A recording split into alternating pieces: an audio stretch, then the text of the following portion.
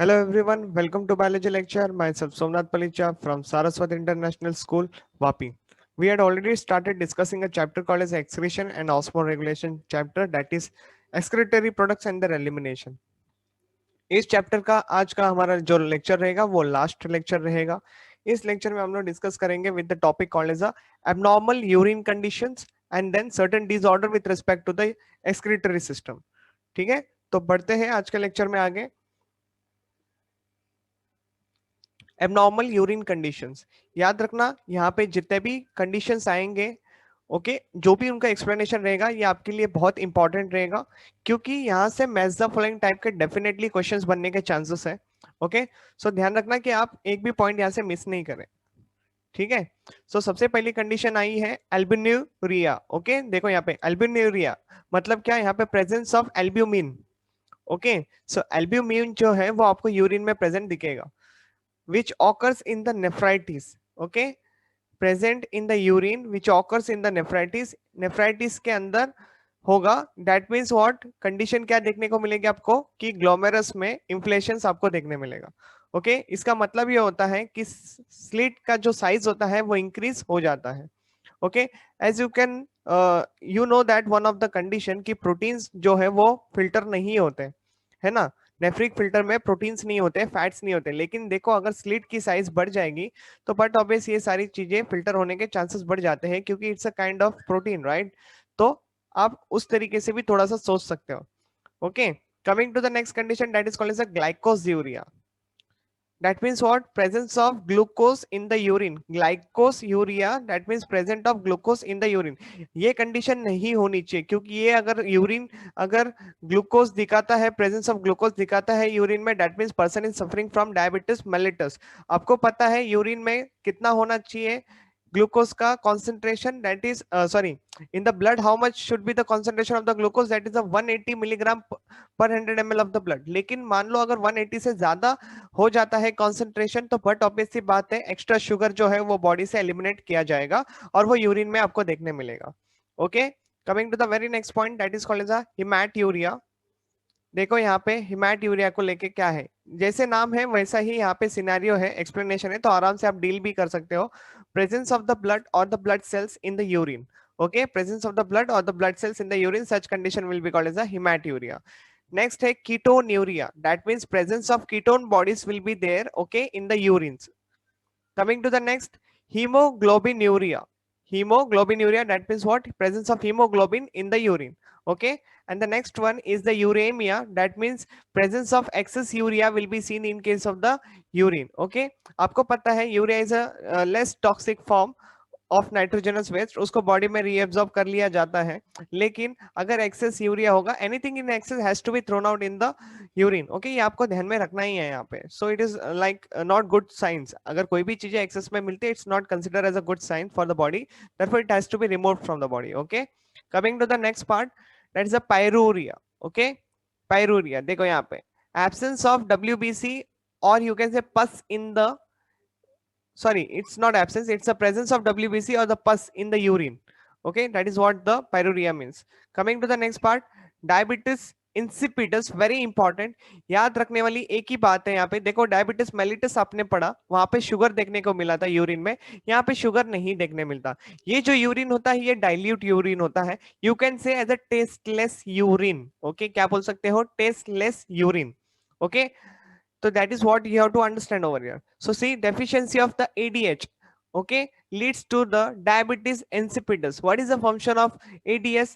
That is ADS जो है वो DCT-CT के ऊपर एक्ट करता है ताकि मेजोरिटी अमाउंट में पानी जो है वो एब्जॉर्ब कर लिया जाए, है कि नहीं. लेकिन मान लो अगर ADH की डेफिशिएंसी हो गई, मतलब एंटी डायूरेटिक की डेफिशिएंसी देखने को मिलेगी, that means one person is suffering from the dilute urine, मतलब बॉडी से ज्यादा पानी बाहर जा रहा है. एंटी डायूरेटिक का मतलब क्या है, डायूरेसिस को रोकना, मतलब डायूरेसिस कंडीशन जो होती है ना, जहां पे पानी ज्यादा बाहर जाता है, वो नहीं होना चाहिए, इसलिए एंटी डायूरेटिक. समझ में आया. लेकिन यहाँ पे अगर डेफिशिएंसी दिखेगी तो पानी ज्यादा बाहर जाएगा, person will be feeling like you can से थर्स्टी एवरी टाइम, क्योंकि पानी ज्यादा बाहर जा रहा है बॉडी के, इसलिए इनको पानी की ज्यादा जरूरत पड़ती है, तो पानी पीते रहते हैं, इसलिए ड्रिंकर्स डिसीज करके भी कहा जाता है, ड्रिंकर्स डिसीज. ओके, ये भी एक नाम याद रख सकते हो, ड्रिंकर्स ड्रिंकर्स डिसीज करके नाम याद रख सकते हैं। Coming to the next part, functions of kidney के बारे में बात करते हैं। Very important point over here. Okay, functions of kidney. तो सबसे पहला आ रहा है ऑस्मो रेगुलेशन, मतलब आयन एक्सचेंज करना, वाटर एक्सचेंज करना, ये सारी बातें। Okay, next elimination of the nitrogen waste. Next maintain the pH, okay, by secreting and जो पीसीटी होता है वो खास करके सिक्रेटिंग का भी काम करते हैं, खाली रीअब्जॉर्प्शन का काम नहीं करते। क्वेश्चन ऐसे आते हैं कि maximum reabsorption takes place where, in which part of the nephrons, तुम्हारा आंसर चले जाता है पीसीटी के लिए। लेकिन आपको एक और बात ध्यान रखना है कि पीसीटी जो रीजन होता है, that is a proximal convoluted tubule जो होता है, वो सिक्रेटिंग का भी काम करते हैं। वो क्या सिक्रेट करते हैं? तो वो तुम्हारे लिए H प्लस आयन सिक्रेट करते हैं। क्यों? ताकि H प्लस आयन से क्या हो जाए, तो पीएच मेंटेन हो पाए। Okay, that is what the condition over here. Normally जो पीएच मेंटेन करना होता है वो 7.4 होता है। ओके, removal of other substances also other than nitrogenous waste, like जैसे कि क्रिटेनाइन हो गए, ओके, सल्फेट्स हो गए, ये सारे सब्सटेंस बॉडी में रीएब्सॉर्ब नहीं होते, इनको निकालना ही होता है। एनीथिंग इन एक्सेस प्रेजेंट तो उसको भी निकालना होता है। Next maintenance of the blood pressure. Okay, homeostasis, that means जो homeostasis means what, regulation of the body temperatures and all, ये सारी बातें भी मेंटेन रखनी जरूरी है। Next secretion of the renin, secretion of renin.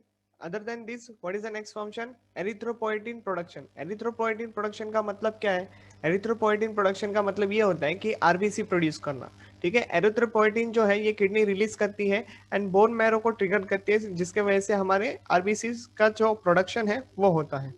ठीक है, coming to the next, disorders of the excretory system के बारे में बात करते हैं।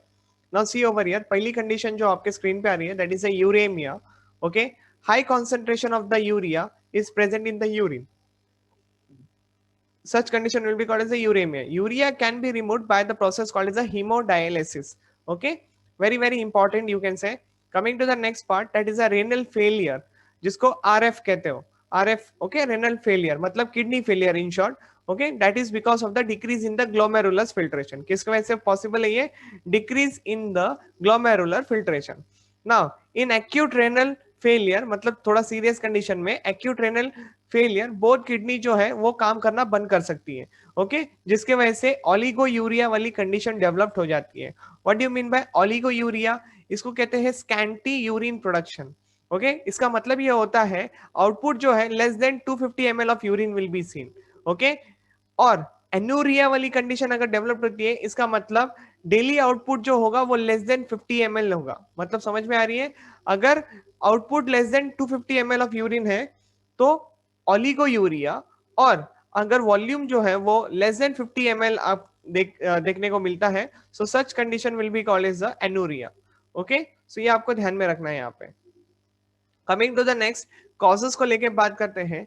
Low blood volume due to the haemorrhage, okay, decrease in the cardiac output, या फिर damage renal tubules, kidney stones, the dyes use to observe the blood vessels in the angiograms. Okay, angiograms में क्या होता है, dye use किए जाते हैं, उसको इंजेक्ट कर दिए जाते हैं, और फिर जहां से ये डाई मूव ऑन करते हैं और किस पर्टिकुलर जगह पे जाके रुक जाएंगे, तो उस पाथ को ट्रेस करके फिर चीजों को पता किया जा सकता है कि यस इस पर्टिकुलर एरिया में there is a problem. Okay, other than this, non steroid anti inflammatory drugs, some antibiotics drugs, ये सारी जो है प्रॉब्लम्स हो सकती है। Coming to the next, treatment को लेके बात करें तो हीमोडायलिसिस करना पड़ेगा।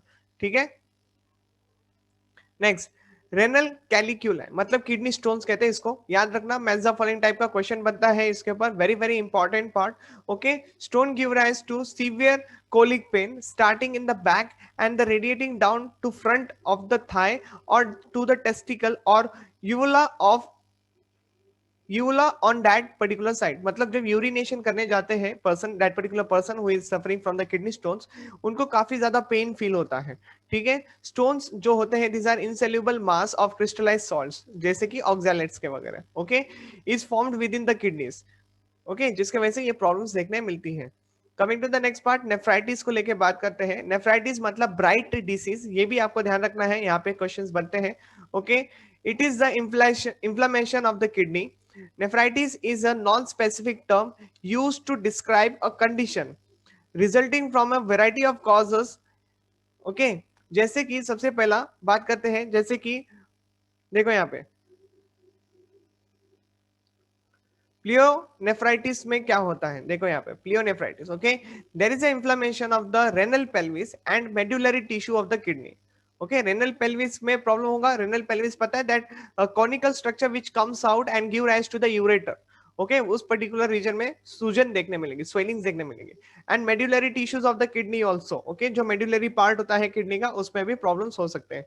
दूसरा जो है वो है ग्लोमेरुलोनेफ्राइटिस। ओके, इसका मतलब there is a inflation in the glomerula, okay, of the kidney and the glomerula will become enlarge या फिर you can say engorged with the blood.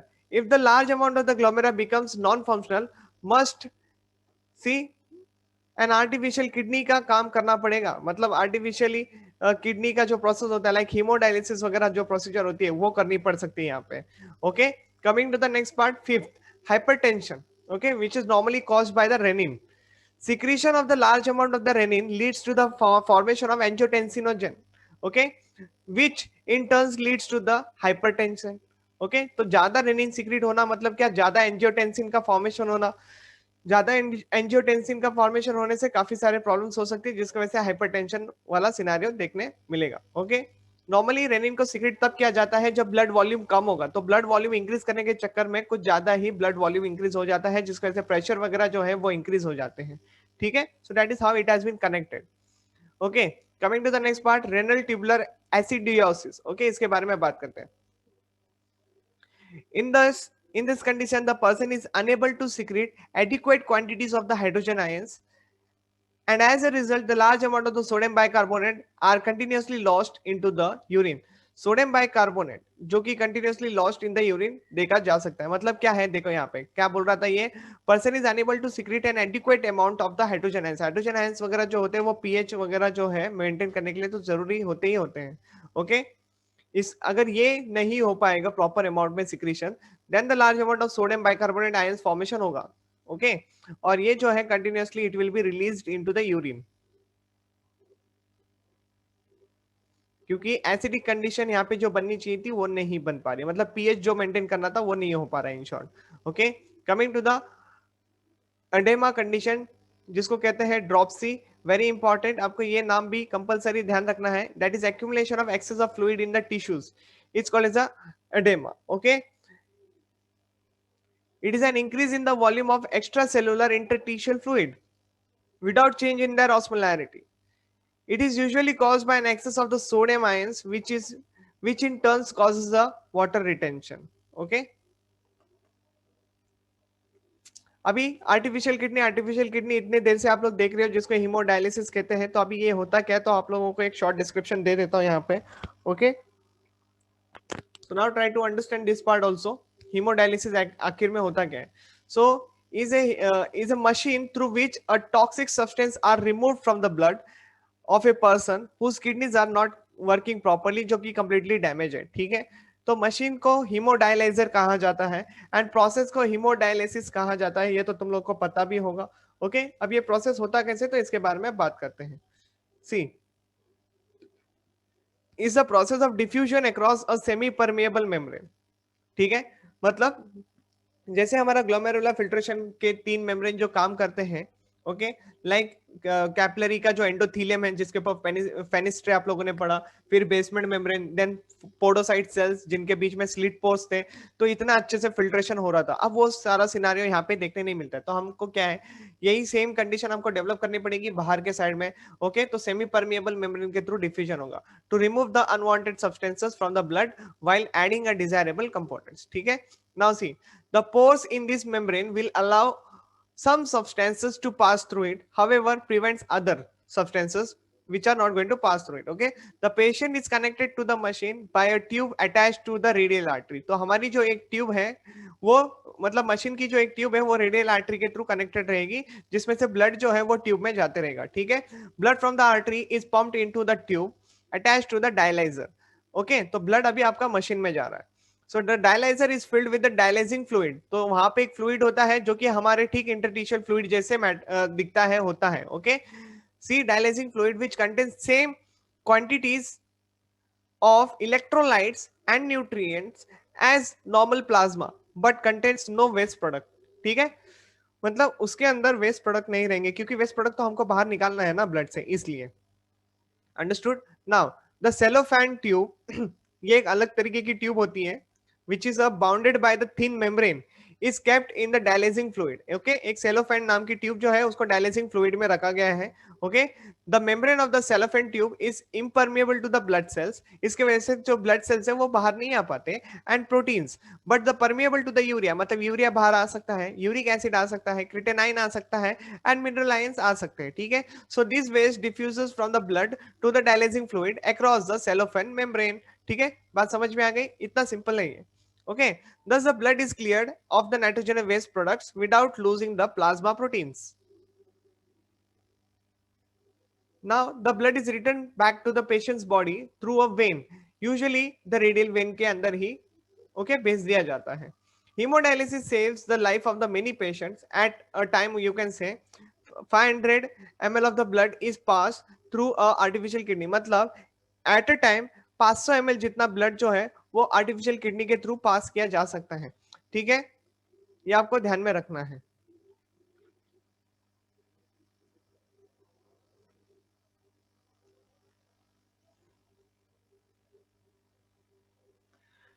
Dialysis is done usually thrice a week, okay, in severe uremia condition. Each time the artificial kidney is used about, you can say, for 6 hours. और यहाँ पे कुछ additional names मैंने आपके लिए रखे हैं। Okay, doctor Belding H Scribner जो थे, inventor of this device, okay, he is the inventor of this device. Another option is also available, मतलब other than haemodialysis there is a condition called as a CAPD, that is the continuous ambulatory peritoneal dialysis, जिसको कहा जाता है। ये भी more convenient है और काम जो है वो जल्दी हो जाता है कम समय में। ओके, कॉमनली इसको एक और नाम से पहचाना जाता है, पेरिटोनियल डायलिसिस करके भी। ये जस्ट आपके लिए एडिशनल इंफॉर्मेशन है, यहाँ पे क्वेश्चंस नहीं आएंगे। ठीक है, coming to the very next part, note, worlds जो फर्स्ट ऑर्गन ट्रांसप्लांट हुआ था वाज द किडनी। ओके, दुनिया में सबसे पहला जो ऑर्गन ट्रांसप्लांट किया गया था वो किडनी ही थी। Okay, by the person called as David Hume. Okay, and the Jorep Kelly, David Hume and the Jorep Kelly at the Peter Bent Brigham hospital in Boston in the year of 1954। लेकिन जो recipient था जिसके पास ये kidney transplant किया गया था उसका नाम है Richard Herrick. Okay, Richard Herrick. Coming to the next part, previously it was reported that the first transplant was performed by, see, मतलब जो एक ऐसी न्यूज थी कि सबसे पहला जो किडनी ट्रांसप्लांट किया गया था वो आइडेंटिकल ट्विंस को किया गया था in the year of 1954। Okay, by the doctor Charles Hufnagel as a surgeon in the Washington. Okay, तो ये तो जस्ट एडिशनल इंफॉर्मेशन है जो किडनी के रिस्पेक्ट में मुझे मिले हैं, तो मैंने आपको बता दिया। ठीक है, द फर्स्ट किडनी ट्रांसप्लांट जो हुई थी इंडिया में, it was performed by on December, you can से December 1। ओके, जो कि नॉर्मली वर्ल्ड एड्स डे के दिन अभी तो जाना जाता है December 1 in the year of 1971 at the Christian Medical College Vellore में। Okay, that is in the Tamil Nadu. Okay, और ये किडनी दी गई थी 35 ईयर ओल्ड पेशेंट को जिसका नाम है शनमुगन। ओके, शनमुगन को दी गई थी। So this is what the information यहाँ पे आप लोगों को मजा आएगा इसको समझने के लिए। बाकी की बातें हम लोग क्लास में डिस्कस करेंगे। तब तक के लिए take care, bye bye, see you, and just keep reading your NCERT। Okay, bye bye, take care.